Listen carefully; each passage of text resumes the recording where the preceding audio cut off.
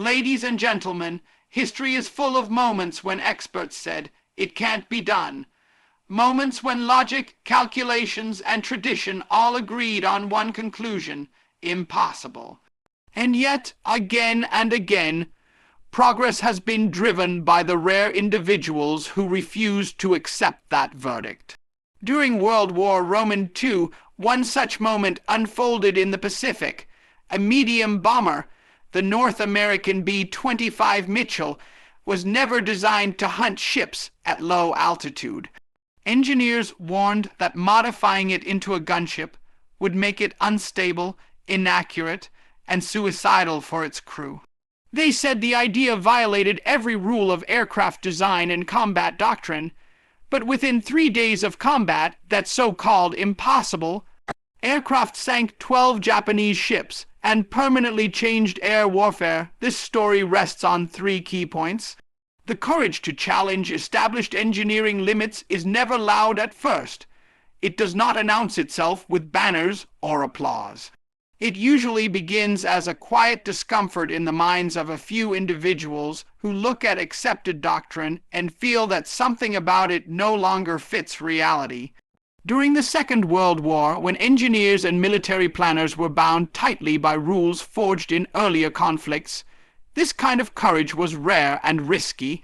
Careers could be ruined by questioning established designs. Lives could be lost if an experiment failed. Yet progress in moments of crisis has always depended on those who are willing to say, "What if the rules are wrong?" The story of the B-25 gunship embodies this courage more clearly than almost any other wartime innovation, because it required engineers, pilots, and commanders to confront not just technical constraints but deeply rooted beliefs about what aircraft were supposed to do. At the time, bombers were designed according to a very specific philosophy. They were meant to fly at altitude, drop bombs from above, and rely on defensive gun positions to protect themselves from enemy fighters. This doctrine was taught, tested, and reinforced by years of training and investment. Engineers designed aircraft to fit this vision, and any suggestion that a bomber could or should be used differently was often dismissed as impractical or reckless. The idea of turning a medium bomber into a low-level attack gunship sounded absurd to many professionals. Aircraft were not supposed to skim the ocean surface under fire, nor were they meant to carry heavy forward, firing cannons that shifted their balance and strained their structure. From the perspective of established engineering wisdom, such a concept violated too many rules at once. Yet the reality of the Pacific theater demanded something new. Japanese supply ships were dispersed, agile, and often protected by anti-aircraft fire that made traditional high-altitude bombing ineffective. Crews needed a way to strike with precision, speed, and overwhelming force at low altitude. The courage to challenge limits began when engineers and commanders admitted an uncomfortable truth: the existing tools were not good enough. This admission alone required bravery, because it meant acknowledging that years of doctrine and design were insufficient in the face of real combat conditions. It is always easier to blame pilots, weather, or luck than to question the foundations of one's own system. Once that mental barrier was crossed, the real courage emerged in the form of experimentation. Engineers proposed modifications that seemed extreme. They suggested mounting heavy machine guns and cannons directly in the nose of the B-25, transforming it from a bomber into a flying artillery platform. This was not a small adjustment. It affected the aircraft's center of gravity, recoil forces, aerodynamics, and structural integrity. Established engineering tables and safety margins offered little reassurance, because the configuration was outside normal parameters. According to conventional wisdom, such modifications risked making the aircraft unstable, difficult to control, or even unsafe to fly. The courage here was not reckless defiance, but informed risk-taking. Engineers did not ignore physics, they confronted it. They ran calculations that stretched beyond familiar ranges. They reinforced structures, redistributed weight, and accepted trade-offs that would have been unthinkable in peacetime design. Every decision involved uncertainty, and every uncertainty carried consequences. Yet they understood that refusing to act carried its own cost: continued losses, ineffective missions, and prolonged conflict. Challenging limits meant accepting responsibility not just for success, but for failure as well. Pilots, too, had to embody this courage. Flying a modified aircraft into combat requires trust in the engineers who built it and confidence in one's own ability to handle the unexpected. Low-level attack runs against ships were brutally dangerous, anti-aircraft fire was intense, and there was little room for error when flying just above the water. The courage to challenge limits became personal in those moments. Pilots were no longer operating within the comfortable envelope of training manuals. They were pushing aircraft and themselves into unfamiliar territory. Each mission tested not only the machine, but the belief that innovation was worth the risk. What made this courage transformative was that it did not remain theoretical. The modified B-25 gunships proved devastatingly effective. In a matter of days, they sank multiple enemy ships, demonstrating that the so-called impossible configuration worked not just in principle, but in the harsh reality of combat. This success retroactively justified the courage of those who challenged established limits, but at the moment of decision, there was no such guarantee. True courage exists before outcomes are known. It is easy to celebrate innovation after it succeeds. It is far harder to stand behind it when failure seems equally possible. This aspect of courage highlights an important truth about engineering limits. Many of them are cultural as much as technical. Some limits are imposed by material strength, physical laws, and safety requirements. Others are imposed by habit, tradition, and fear of change. The B-25 gunship challenged both types, but it was the cultural limits that proved most resistant. Engineers had to argue not just against equations, but against mindset. They had to persuade commanders that deviation from doctrine was not insubordination, but adaptation. This required communication skills, persistence, and a willingness to withstand criticism. There is also a moral dimension to this courage. In wartime, engineering decisions have immediate human consequences. Challenging limits is not an abstract exercise. It affects the survival of crews and the outcome of missions. Those who pushed for radical modifications had to weigh the ethical implications of experimentation under fire. They believed that innovation could reduce overall risk by making missions shorter, more decisive, and more effective. This belief demanded conviction because if they were wrong, the cost would be measured in lives. Courage in this context meant standing by a difficult judgment under immense pressure.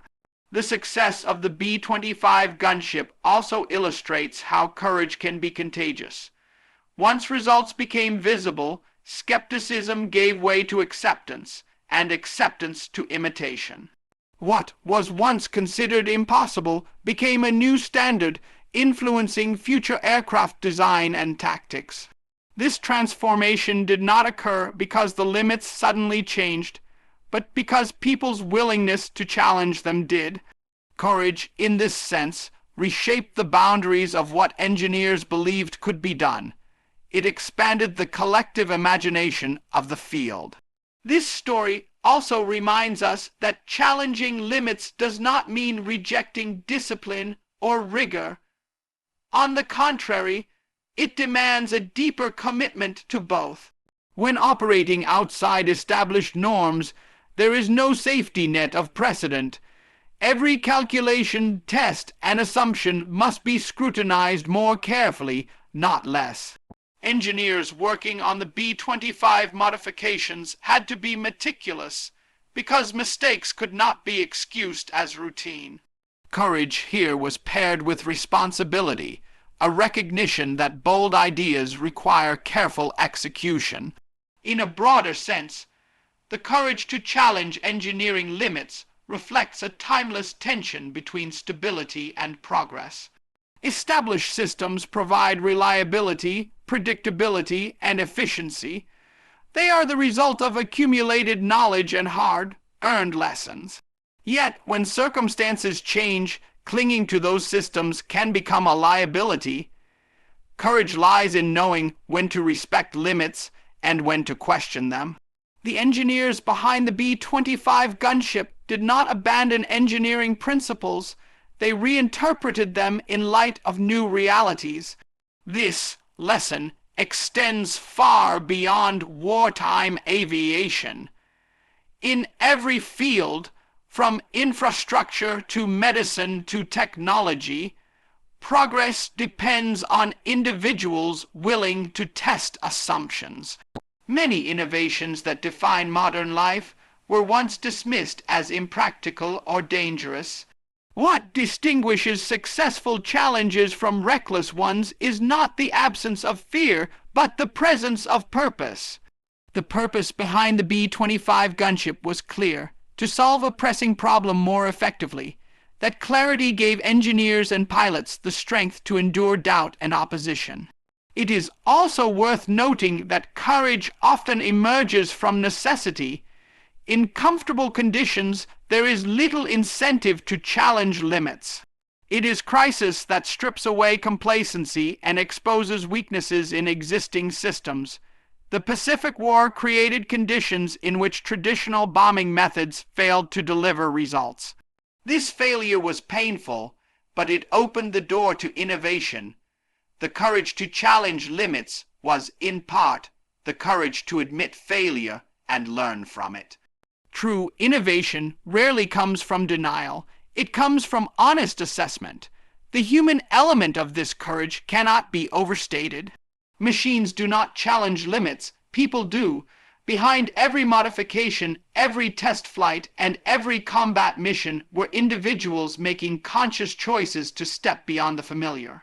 Their courage was not abstract heroism, but daily persistence in the face of uncertainty.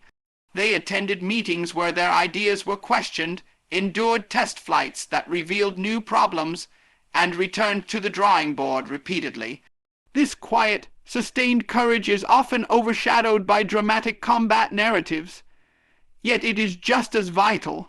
When the B-25 gunship sank 12 ships in 3 days, the achievement symbolized more than tactical success. It represented a triumph of mindset. It showed that engineering limits are not fixed walls, but evolving boundaries shaped by knowledge, creativity, and willingness to act. Those engineers did not eliminate limits, they moved them. In doing so, they demonstrated that courage is not the opposite of caution, but its companion. Without caution, courage becomes recklessness. Without courage, caution becomes stagnation. In the end, the courage to challenge established engineering limits is an act of faith in human ingenuity. It is a belief that problems, no matter how complex, can be approached from new angles. It is a refusal to accept impossible as a final answer. The B-25 gunship stands as a testament to this belief, forged in a time when failure was costly and success was uncertain. Its story reminds us that progress often begins where comfort ends, and that the most important limits to challenge are not always those of metal and mathematics, but those of imagination and resolve. Innovation is rarely born in moments of ease. It does not emerge when resources are abundant, timelines generous, and expectations low. It appears instead when comfort disappears, when survival, urgency, and consequence press so hard that conventional thinking collapses under its own weight. The story of the B-25 gunship and its transformation into a ship killing machine during the Pacific War, is a living demonstration of this truth. The aircraft was not supposed to do what it did. The engineers were not given ideal conditions. The pilots were not handed perfect tools. What they were given was a problem so severe and a situation so unforgiving that innovation became the only alternative to failure. Necessity strips away illusion. In comfortable environments, engineers can afford to optimize rather than rethink. They refine existing systems, polish proven designs, and avoid risk because the cost of failure outweighs the reward of bold change. But in wartime necessity, especially in the brutal conditions of the Pacific, comfort vanished entirely. Allied forces faced a deadly problem. Japanese shipping lanes were well defended, heavily armed, and protected by terrain that neutralized traditional bombing tactics. High-altitude bombing was inaccurate. Torpedoes were scarce and unreliable. Dive bombers were vulnerable. Losses were unacceptable. The system was broken, and incremental improvement could not fix it. That is the moment where necessity takes command. The question shifts from what is allowed to what works. The B-25 Mitchell was originally designed as a medium bomber, not a naval strike gunship. It was never intended to fly low over water, absorb anti-aircraft fire, and blast ships apart at point-blank range. Under comfortable conditions, no design committee would approve such a radical departure from doctrine. But doctrine was failing, men were dying, ships were getting through, and so engineers and pilots stopped asking permission from tradition and started listening to reality. Necessity also removes the fear of looking foolish. In peacetime engineering culture, radical ideas are often dismissed not because they are wrong, but because they sound wrong. A nose full of heavy cannons on a bomber, firing forward, facing guns like a flying artillery platform, skipping bombs across water at mast height, these ideas challenge deeply held assumptions about aircraft roles and aerodynamic balance. In comfortable times, such ideas would die in meetings, but necessity silenced ridicule. When the only alternative is continued failure, even impossible, ideas deserve a trial. The engineers working on the B-25 modifications were not operating in pristine labs with unlimited funding. They were improvising, often in forward bases, with limited materials and intense pressure. That environment forced clarity. There was no room for theoretical perfection. Every decision had to serve a single purpose: destroy enemy ships before they could destroy Allied lives. Innovation born from necessity is not elegant, it is effective. It does not aim for beauty, it aims for survival. Comfort encourages overthinking, necessity demands action. The B-25 gunship concept emerged because there was no time to wait for a new aircraft design. The war would not pause while committees debated. The only option was to take what already existed and push it beyond its original intent. That is a core feature of necessity-driven innovation repurposing. The B-25's rugged airframe, twin engines, and payload capacity made it a candidate for radical modification. What had once been seen as limitations, its size, its weight became assets when the mission changed. Innovation in comfort often seeks optimization. Innovation in necessity seeks transformation. Engineers did not ask how to make the B-25 a slightly better bomber. They asked how to turn it into a flying battering ram. Heavy machine guns and cannons were installed in the nose. Bombing techniques were reimagined so that bombs were released at extremely low altitude, skipping across the water into ship hulls. Armor was added where survival mattered most. Every change reflected the ruthless prioritization that necessity enforces.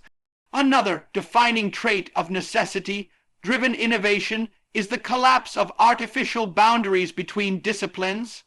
In comfortable settings, engineering is segmented. Aerodynamics here, weapons there, operations somewhere else. But necessity forces integration. Pilots, engineers, and ground crews work together, exchanging real-time feedback. If a gun jammed in combat, it was not an abstract problem. It was a life or death failure that demanded immediate correction. This tight feedback loop accelerated learning at a pace impossible in peacetime development. Comfort breeds distance from consequences. Necessity eliminates it. When innovation fails in comfort, the cost is money or reputation. When innovation fails in necessity, the cost is lives. That brutal accountability sharpens judgment. Engineers working on the B-25 gunship knew that every design choice would be tested not in simulations, but under fire. This reality filters out unnecessary complexity. Systems must be simple, robust, and repairable. Elegance is sacrificed for reliability, and theory bows to experience. The rapid success of the B-25 gunship, sinking 12 Japanese ships in just 3 days, was not the result of genius alone. It was the result of pressure. The aircraft became effective because it was forged in urgency. Innovation born from necessity benefits from a clarity of purpose that comfort cannot replicate. There was no confusion about objectives. There were no competing priorities. The mission was clear: stop the ships. Everything else was secondary. This clarity also encourages risk-taking. In comfortable environments, risk is often framed as something to be minimized. But in necessity, risk is already unavoidable. The choice is not between risk and safety, but between different kinds of risk. Continuing to use ineffective tactics was already killing crews. Trying something radical, even dangerous, became the lesser risk. This reframing is critical. Necessity does not make innovators reckless. It makes them honest about the real dangers they face. Innovation, born from necessity, also thrives on humility. When existing methods fail, pride must be abandoned. Engineers and commanders had to admit that traditional bombing doctrine did not work against Japanese shipping in the Pacific. That admission is difficult in comfortable times when institutions are invested in their own narratives. But necessity strips institutions of ego. Reality becomes the final authority. This humility opens the door to learning, adaptation, and ultimately, success. Comfort tends to preserve hierarchy. Necessity flattens it. Good ideas can come from anywhere when survival is at stake. Mechanics, pilots, and junior engineers often contributed insights that shaped the B-25's evolution. In necessity, authority shifts from rank to competence. Whoever has the solution is listened to. This democratization of problem solving accelerates innovation and breaks down barriers that normally slow progress. There is also a psychological dimension to necessity-driven innovation. When people know that their work directly affects survival, motivation intensifies. The engineers modifying the B-25 were not chasing promotions or patents. They were trying to keep their friends alive. This sense of responsibility fuels extraordinary effort. Long hours, creative improvisation, and relentless iteration become normal because the stakes are unmistakable. Innovation born from necessity is often misunderstood after the fact. Once success is achieved, it can appear inevitable, even obvious. Histories may frame the B-25 gunship as a brilliant stroke of engineering foresight, but at the time it was a gamble made under pressure. Necessity compresses decision-making timelines and forces action before certainty is possible. That willingness to act without complete assurance is a hallmark of necessity-driven innovation. This type of innovation also leaves a lasting legacy. The lessons learned from the B-25 gunship influence future SARE, support doctrine, ground, attack aircraft design, and integrated weapons systems. But these broader impacts were secondary outcomes, not initial goals. Necessity-driven innovation is focused on immediate problems, yet its solutions often reshape entire fields. The contrast with comfort is stark. In comfortable environments, innovation is often performative. It is driven by trends, incentives, or prestige rather than genuine need. Such innovation can be impressive, but it rarely changes fundamentals. Necessity, by contrast, demands results. It has no patience for novelty without impact. The B-25 gunship was not innovative because it was new. It was innovative because it worked when nothing else did. There is also an ethical clarity that emerges from necessity. The moral ambiguity that can cloud decision-making in comfort fades when the purpose is defense and survival. Engineers were not experimenting for experimentation's sake. They were responding to an existential threat. This moral grounding provides direction and cohesion, reducing internal conflict and hesitation. Importantly, necessity does not guarantee success. Many necessity-driven innovations fail, but even failure contributes to learning at a pace that comfort rarely allows. Each mission flown by the modified B-25 provided data about tactics, survivability, and weapon effectiveness that informed rapid adjustments. This iterative loop was possible because necessity tolerated no stagnation. The story also challenges the myth that innovation requires ideal conditions. The B-25 gunship emerged from constraint, not abundance. Limited resources forced creative solutions. Engineers could not simply design a new aircraft. They had to work with what was available. Constraint, often seen as an obstacle, became a catalyst. It narrowed options and forced focus. Ultimately, innovation born from necessity reveals something fundamental about human ingenuity. When comfort is removed, when the margin for error disappears, and when the consequences of failure are undeniable, people rise to levels of creativity and courage that surprise even themselves. The B-25 gunship was not just an engineering achievement. It was a testament to what happens when necessity overrides hesitation. The lesson extends far beyond wartime aviation.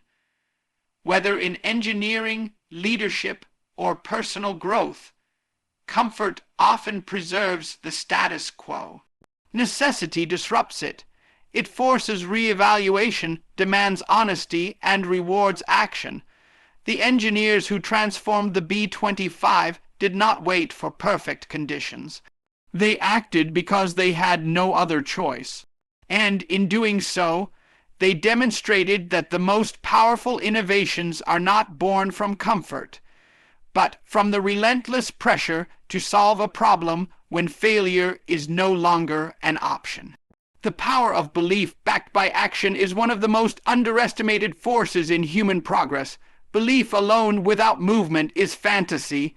Action alone without belief is mechanical and fragile. But when belief and action are fused together, when people not only think something can be done, but are willing to risk reputation, comfort, and even survival to prove it, the impossible begins to lose its meaning. History does not advance because circumstances are ideal. It advances because someone believes strongly enough to act decisively under imperfect conditions.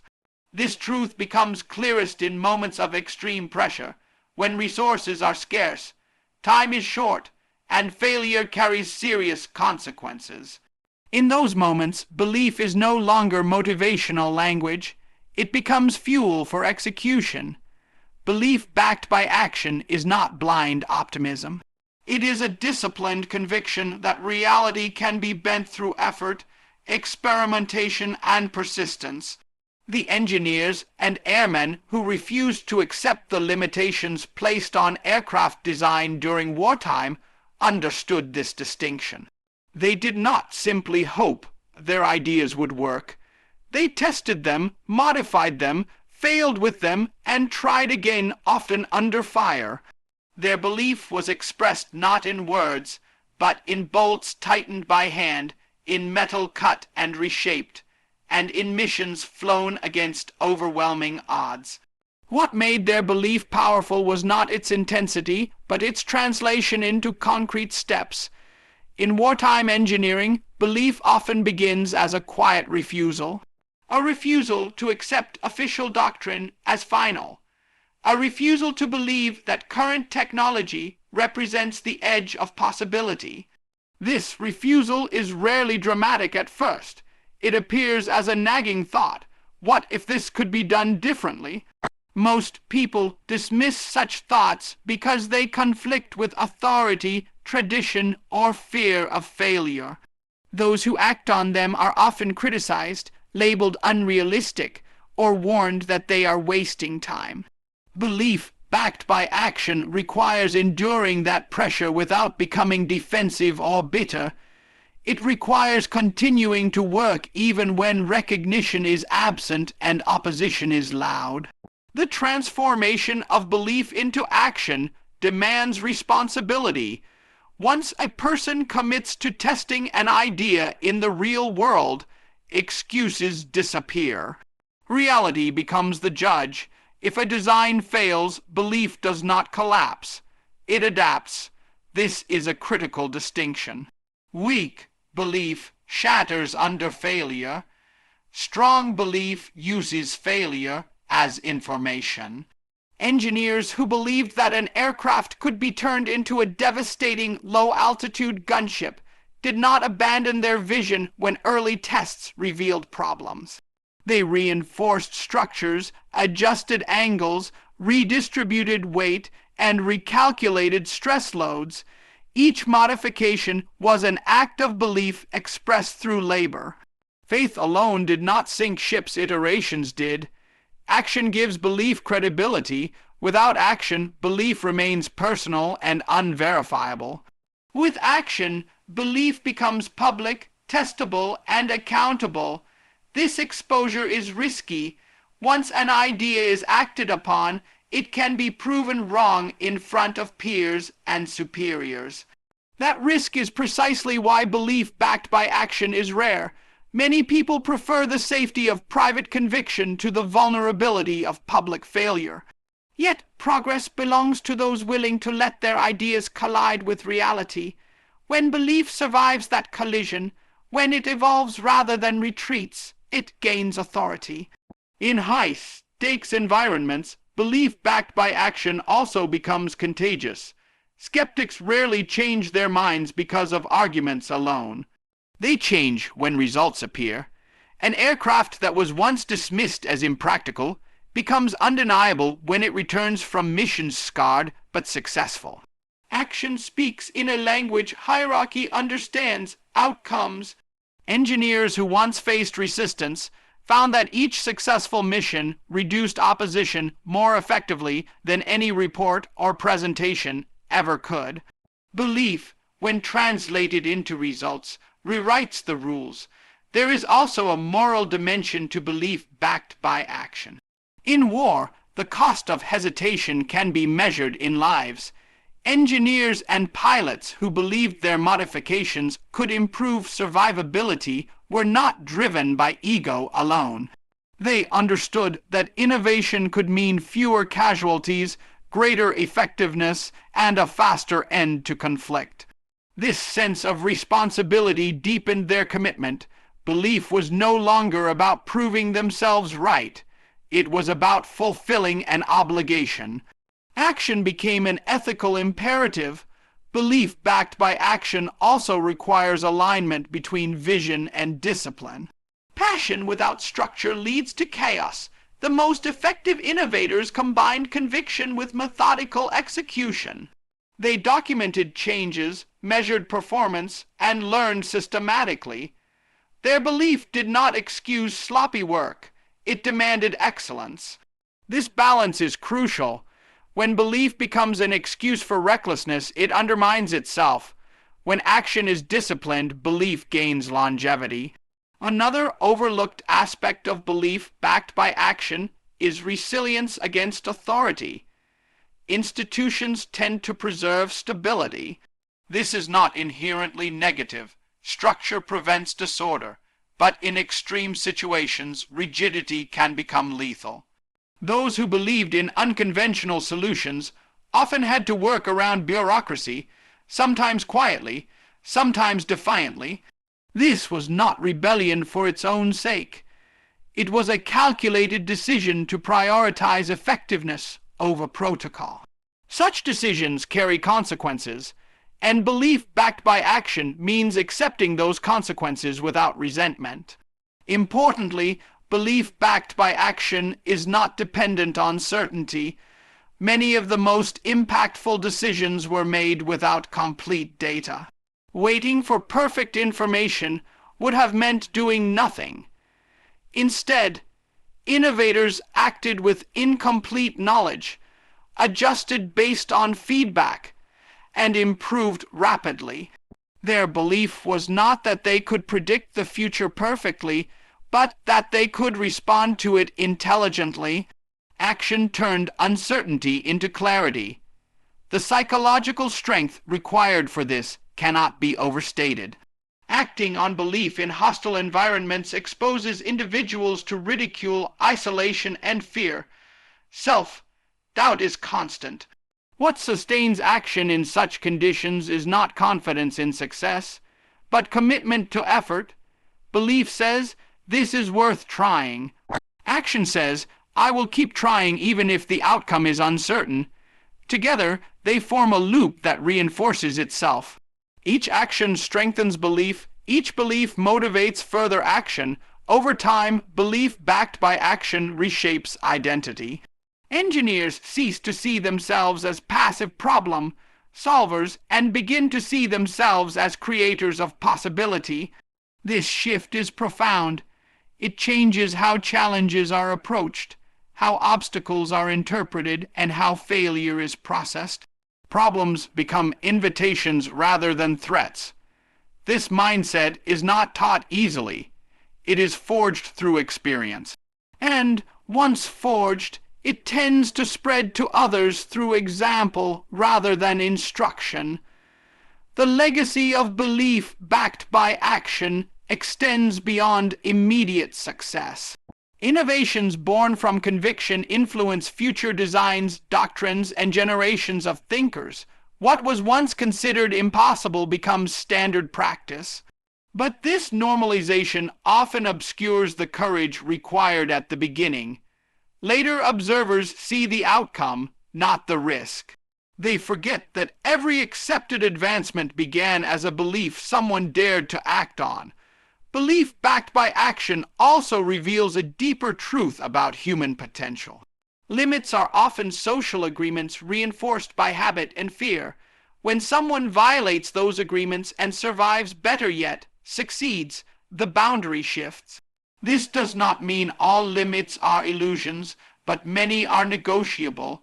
Action tests where reality truly resists and where it merely intimidates.